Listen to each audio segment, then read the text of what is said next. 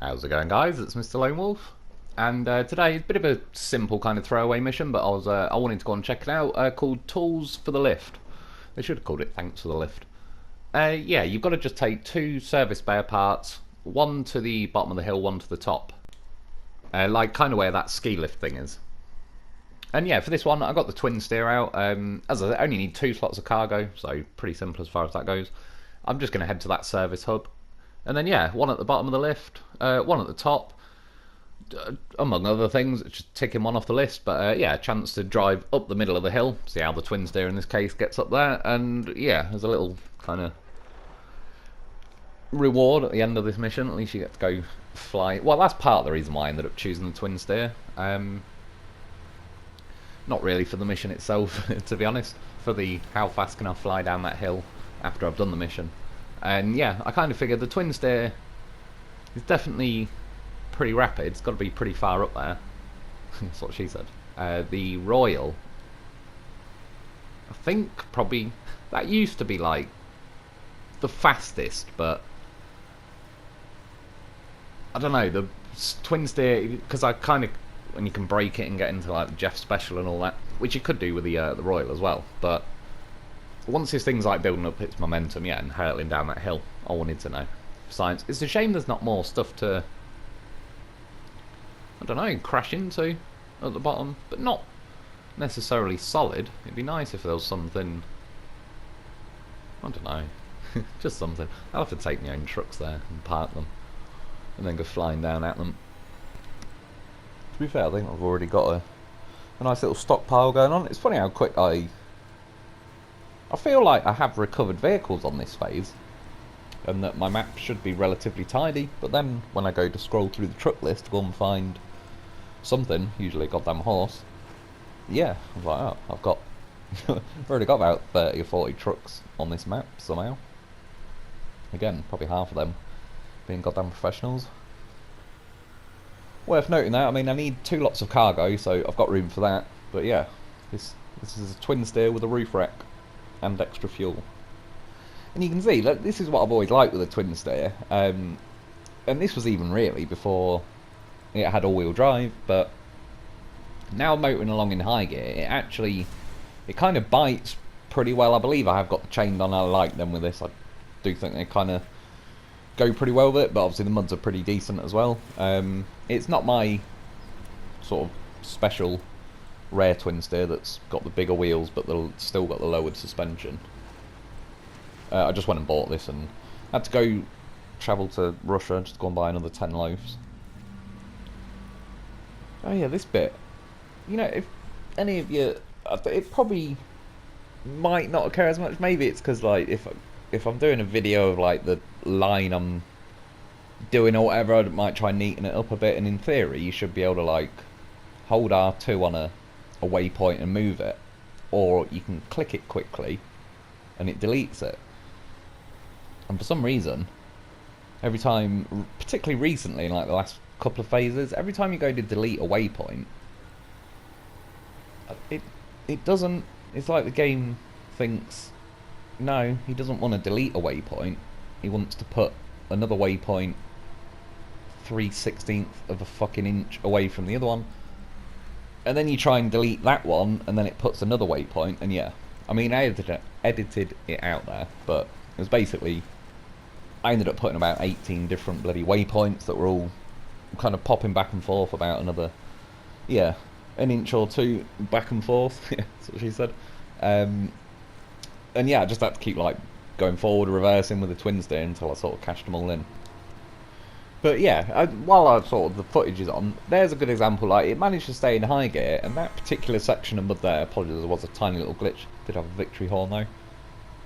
Yeah, in fact, I think this is now the only vehicle so far, say other than like mods, that has actually maintained high gear going along like those muddy sections back there. It even does along here.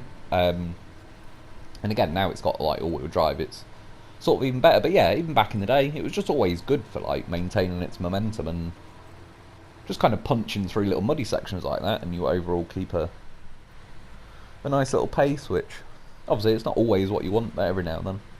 I kind of knew I was already running a bit behind with time tonight anyway, and then I don't know. Again, I keep like I just zone out and I'm off in my own world, and then yeah, even though this really was like a 10-minute mission, I managed to turn it into about 8 hours of God knows. Still, we got it done.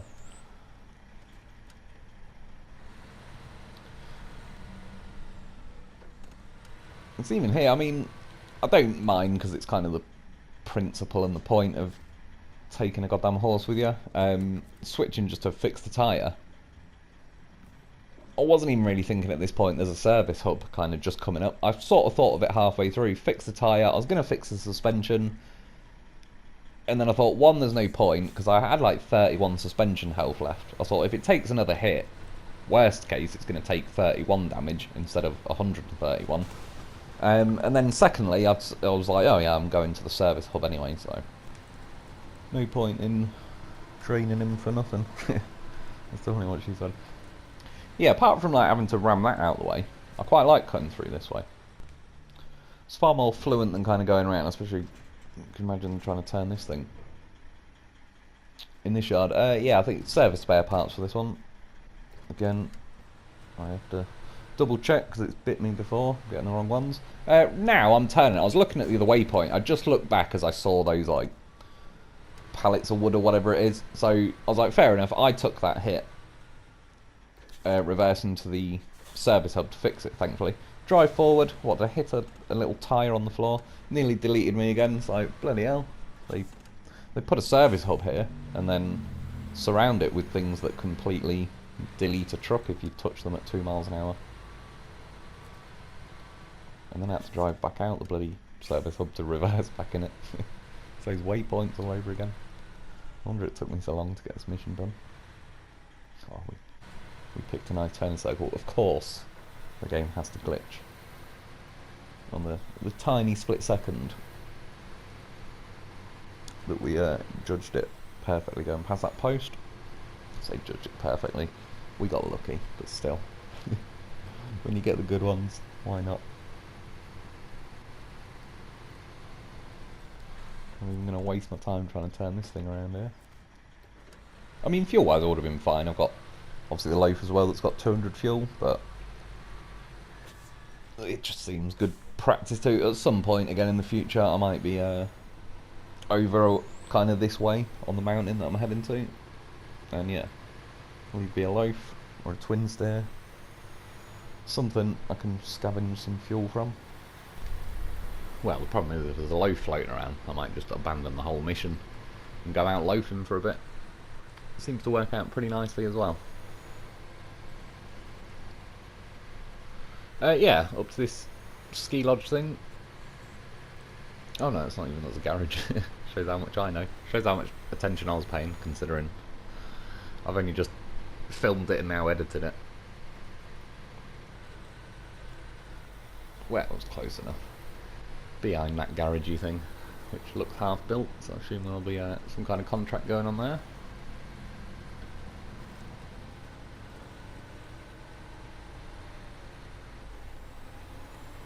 In theory, I could just cut through. They've made it a little bit awkward though. I did originally, yeah, fly at those tyres and forgot that they were immovable.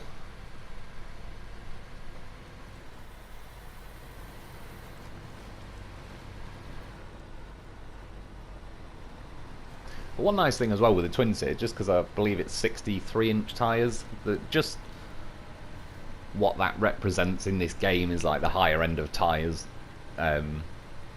So yeah, they even going through this mud and that, they kind of keep rolling better than a lot of trucks really. Again, even going through that kind of muddy section near the beginning of the video, even stuff like Tigers, Dolphins, they all sort of get slowed down there, whereas like that last muddy section, which has been awkward with most trucks, the fact that this has just got such a long wheelbase is like the front was able to punch through whilst the back was still gripping on like better mud, and then by the time the back's now getting there, the front's out the other side and that's pulling on the other side of the mud and kind of scratch her out of there. So yeah, it was just good for doing that. I was sort of interested though. I mean, I'm like, I'll be bringing various different trucks overall, this map's quite nice and chilled, really. So there's a chance to actually kind of get some of the weaker trucks out there, though. It did basically run out of juice pretty quickly.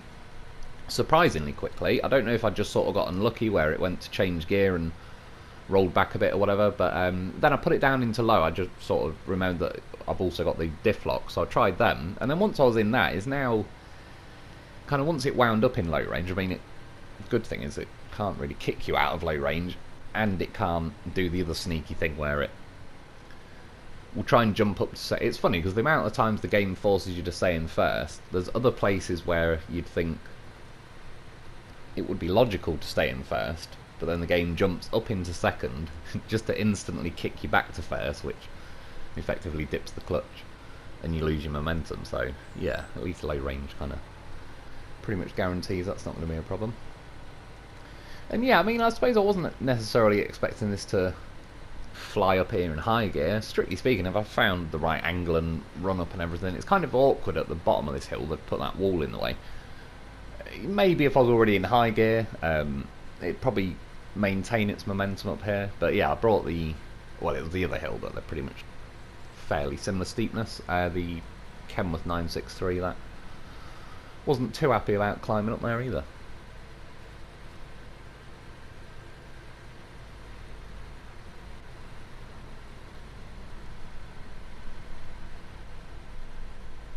So I believe about 20 seconds before then, I was like, right, YouTube, what have you got? Show me something.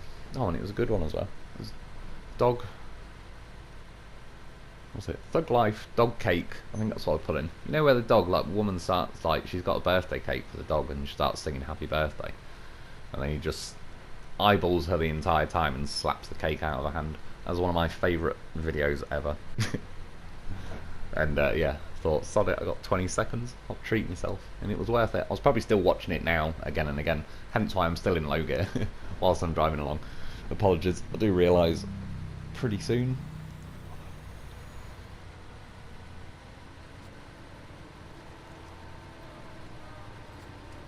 They didn't try and smash me up on those barrels. They are a little bit violent, potentially. I think I hit some, yeah, in the live stream, and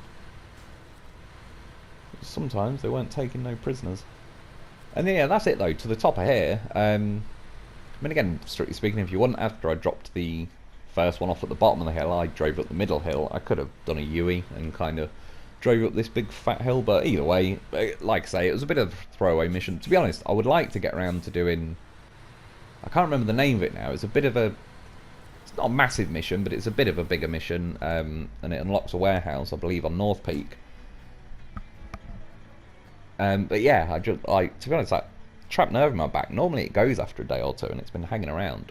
And yeah, trying to sit to make a video it really doesn't like sitting in that angle. So to be honest, that's part of the reason I've kind of been sticking to short video. That's probably half the reason I keep zoning out as well. And yeah, well, here was one go of flying down the hill. I mean, the Lo4f goddamn professional, did some kind of cartwheel, and then he rolls. He stops, checks no T-Rexes, wait for me to swap to him. What a goddamn horse. That's exactly what I would have done. He knows.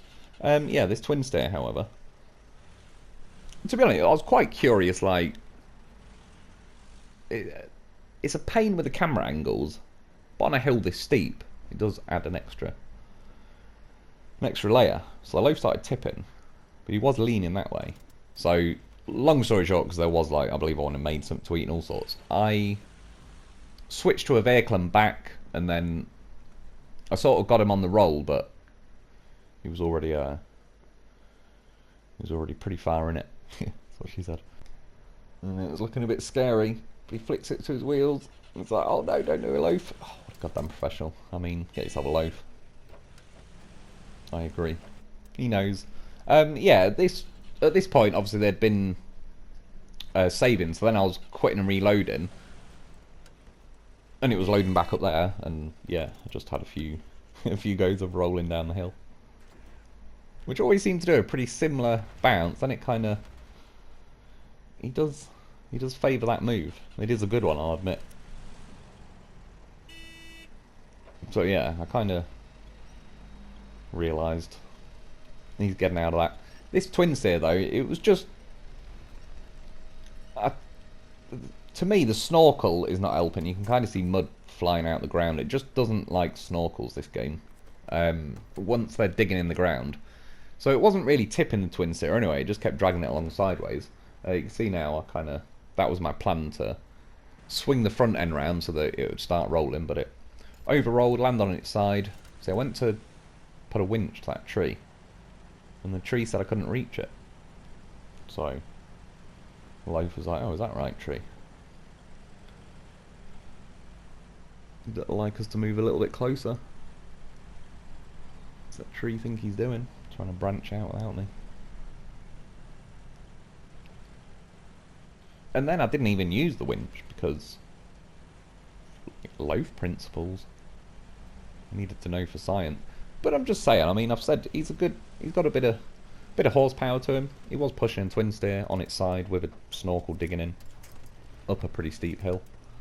It's goddamn professional. And then he escaped. Then I remembered this the other day. It's only like a 5-second clip. I forgot to put the handbrake on the Kenworth. Oh my god.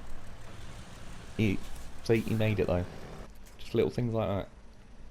Fired that engine up in time and he was out of there. Yeah, I basically dragged this thing all over the place, just to the point it was annoying. That's probably what I wasted an unnecessary amount of time, really. Strictly speaking, it's not even the most difficult truck to tip to its wheels. It did not want to tip. It just kept dragging sideways, and then you seen it assault me. It rolled down, touched the Lo4f, I tipped over. I thought that does sum up the night. That's the gratitude. But you see, I just left this in because it's a pretty good example. Like, see how the Lo4f now just rotating his way to his wheels? And yeah, most vehicles don't do that. Or even worse, they start rotating kind of away from the wheels. But he was definitely landed beyond 90 degrees. And then he started rotating back.